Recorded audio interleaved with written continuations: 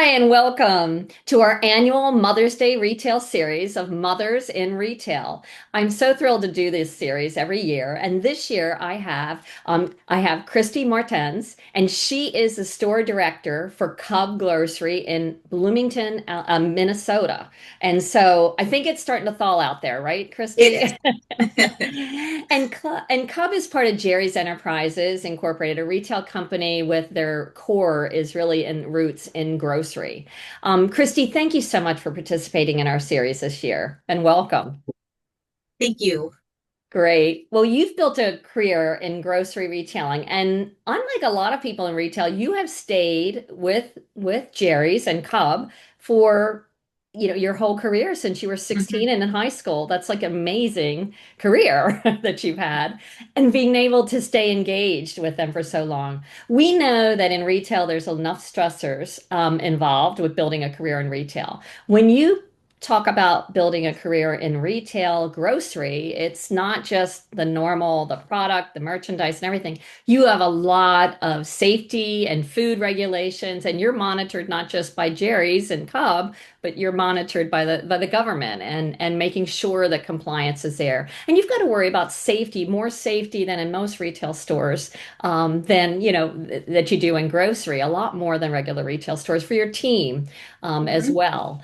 And so you put all that together and you say, wow, you've built a career in grocery, woman in leadership in grocery, and you're the mother of three children that you've raised while you have built that career. So tough job, even tougher now that you have a full-time job and then another full-time job raising Mhm. three children. And I understand your children are, you have two teenagers and one in their 20s now. So job well done. You're almost done, right? You almost get them off the payroll, right? Almost. All right. Well, let's get started. Kristie, what pivotal moments in your career were most influenced by your experience as a mother? Thinking about that, and how did you use being a parent and towards your leadership style and really growing your career a little bit? I really think what defined my leadership style or what I took from parenting um, that helped to define my leadership style is when COVID hit in 2020. I was promoted to store director in October of 2019. Mm. And so I had about 4 or 5 months before COVID hit, and I was still trying to figure out me. I'm in this big store. I've got 100 plus employees. And yes, I'd managed before, but I hadn't had everything beyond me. And now we're in a pandemic. And then by May, the riots and the civil unrest happened. And, Mhm. our world in Minnesota was kind of like up in the air with everything that was Absolutely. going on. And not only going to work and working 12, 13, 14, sometimes 17 hours a day in that initial part of it, I was also going home and having to explain to my middle schooler at the time and my elementary student at the time why they couldn't go to school anymore and why they were stuck at home and why all of this was going on. And I really, really started to kind of put those two pieces together between home and work. And the biggest thing that I learned was I needed to be consistent across the board. I had to be consistent with my children and the message that I was sending them and how I was behaving when I got home. Am I going to like be a wreck because I'm tired and I'm scared and all of this is going on? Or am I going to be consistent and steady and calm and patient, even though I may not feel that way? And I had to do that at work too, because you had 100 Absolutely. plus people who were scared and everything, and we were tired. And they needed a leader who was consistent, who wasn't going to fly off the handle when they walked in the door, or you never knew what they were going to do when they turned around the corner. Steady, calm, and just a source of strength in uncertain times. And I can look back now from 6 years ago and say, that really formed me as a leader. And it also formed me as a parent. It was a pivotal time in my children's life and it was a Wow. pivotal time in my career. And those two kind of merged together. And I've tried to stay on that consistency path. Fantastic. And I just have to know, what did you do to let your life, because you had to stay calm, and I hope you had somewhere an outlet for you because that's a lot to balance, particularly when nobody had a playbook for the pandemic. I think with that, I'm very fortunate to have my husband who is a really good listener, and he also works from home. So I that'll get into one of the next questions a little bit. So I don't want to like get too far into that right now, but I was given space when I needed space. And we came to Fantastic. an understanding very early on that I'm going to walk in the door and I'm going to give everybody hugs and kisses and I'm going to say hi. But if I've got to go take my time, take my work clothes off and get into my comfy clothes just to decompress a little bit, that had to be okay. Yeah, You know? absolutely. No, absolutely. And a good partner helps you quite a Mm-hmm. bit. So Mm-hmm. were there times that you felt you had to choose between career and family? And I think, especially three girls, and how did you make those decisions? Um, is choosing between career and family. I guess I never really looked at it like I was making a conscious choice.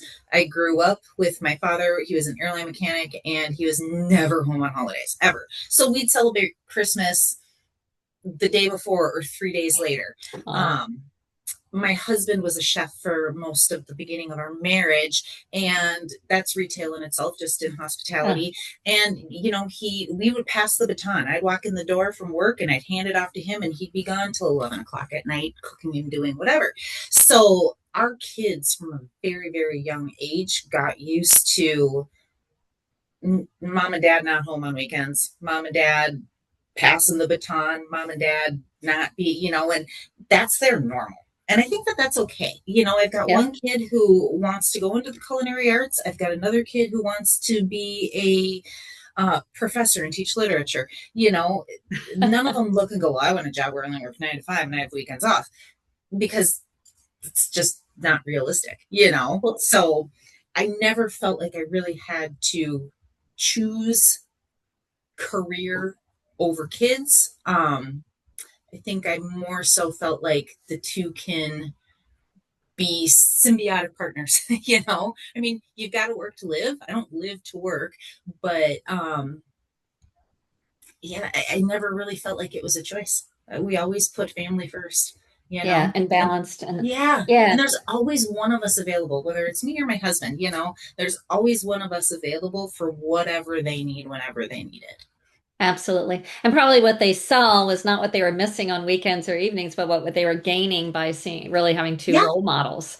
yeah. So, oh, that's great. Well, that's great. Well, what advice would you give to other women in retail who are currently raising children and striving for growth in their careers? We were chatting a little bit before we filmed that retail is different and it's a lot more, it's a lot harder. And boy, I hear that from everybody in all aspects. But what advice would you give? I would say, and this is from the earliest when my first baby was born when I was 20 years old to when my last one was born when I was 30 years old, have a secure and steady home base. That's going to make moving up much easier. I was a single mom when I had my first one, and I had Mm, my mom there to help me raise my child before her and her father, or me and her father, got married. Um, and then when we got married and we had our other two children, he was a stay-at-home dad.